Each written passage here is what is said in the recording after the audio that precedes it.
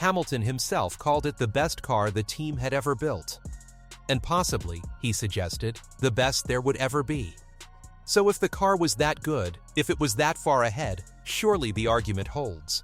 Surely anyone could have won in it. But here is what that argument misses entirely.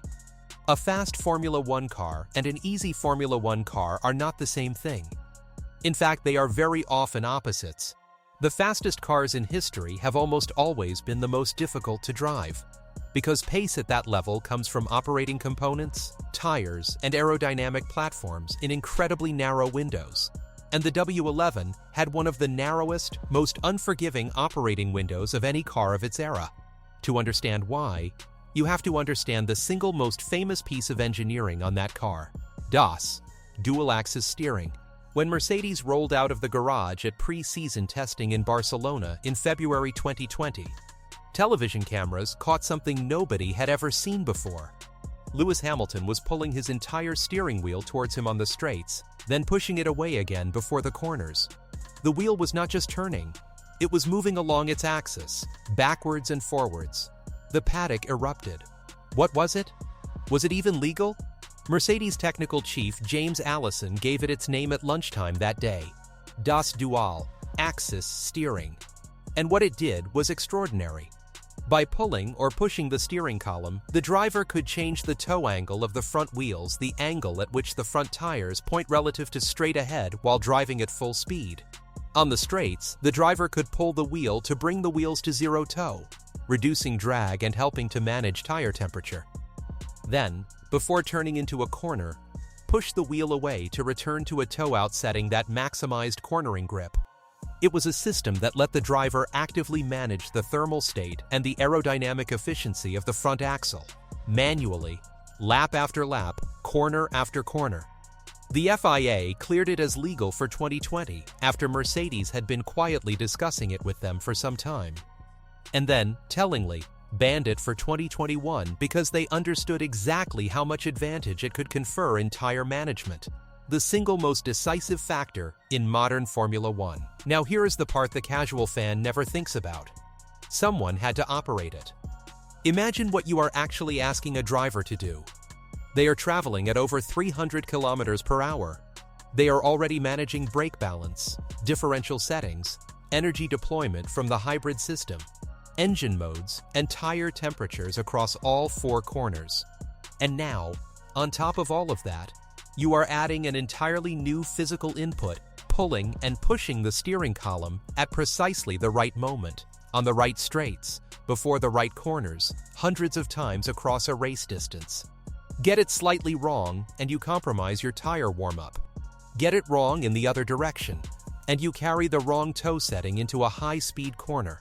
The steering column itself had to be modified with a splined interface that could transmit normal steering torque, while also sliding along its length, and any looseness in that mechanism would create a vague, imprecise steering feel that a driver of Hamilton's sensitivity would find almost intolerable.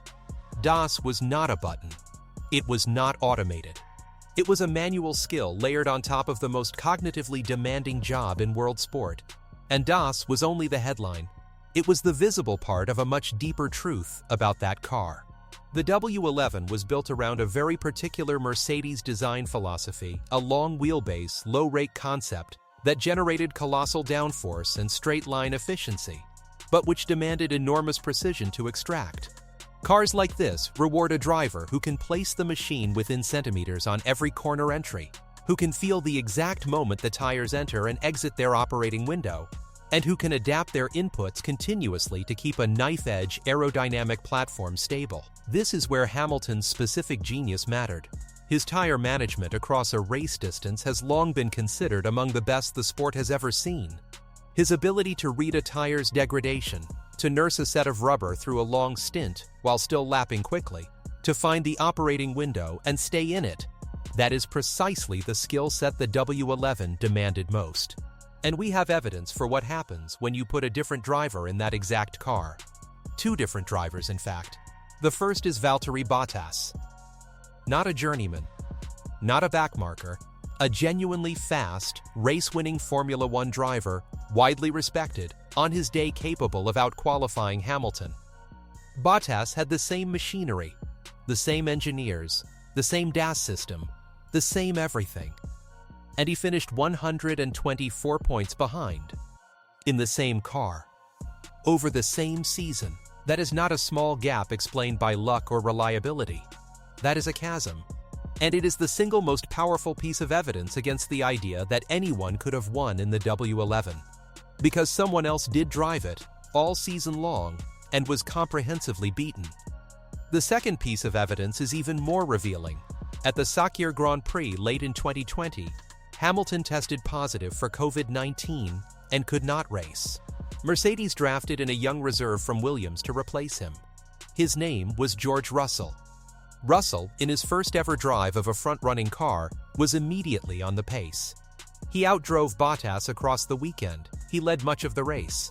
And he was, by most accounts, on course to win on his Mercedes debut until a botched pit stop and a late puncture cruelly denied him.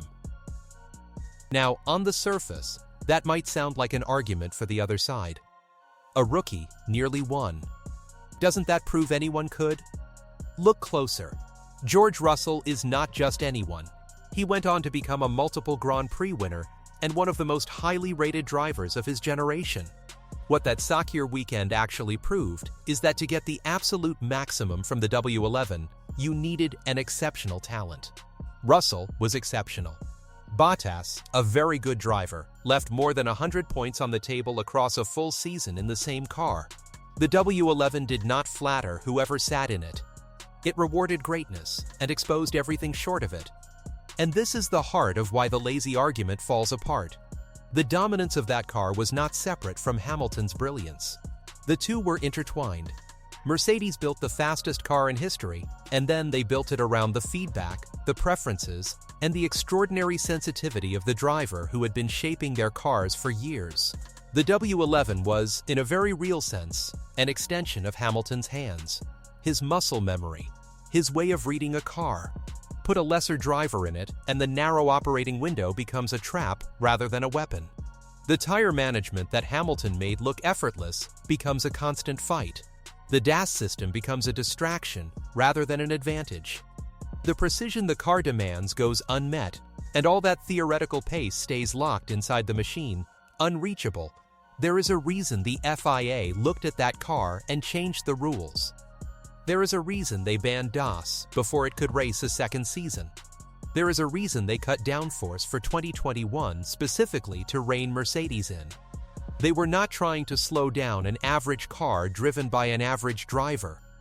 They were trying to stop a combination, a perfect, almost unfair fusion of the best car ever built, and the driver uniquely equipped to extract every last thousandth of a second from it. So the next time someone tells you that anyone could have won the 2020 championship in that Mercedes, remember the numbers. Remember that a race-winning driver in the identical car lost by 124 points.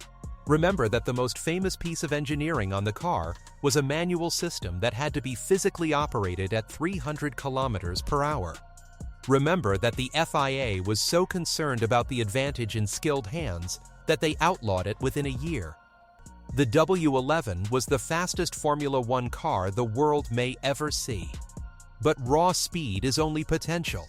Someone has to convert it.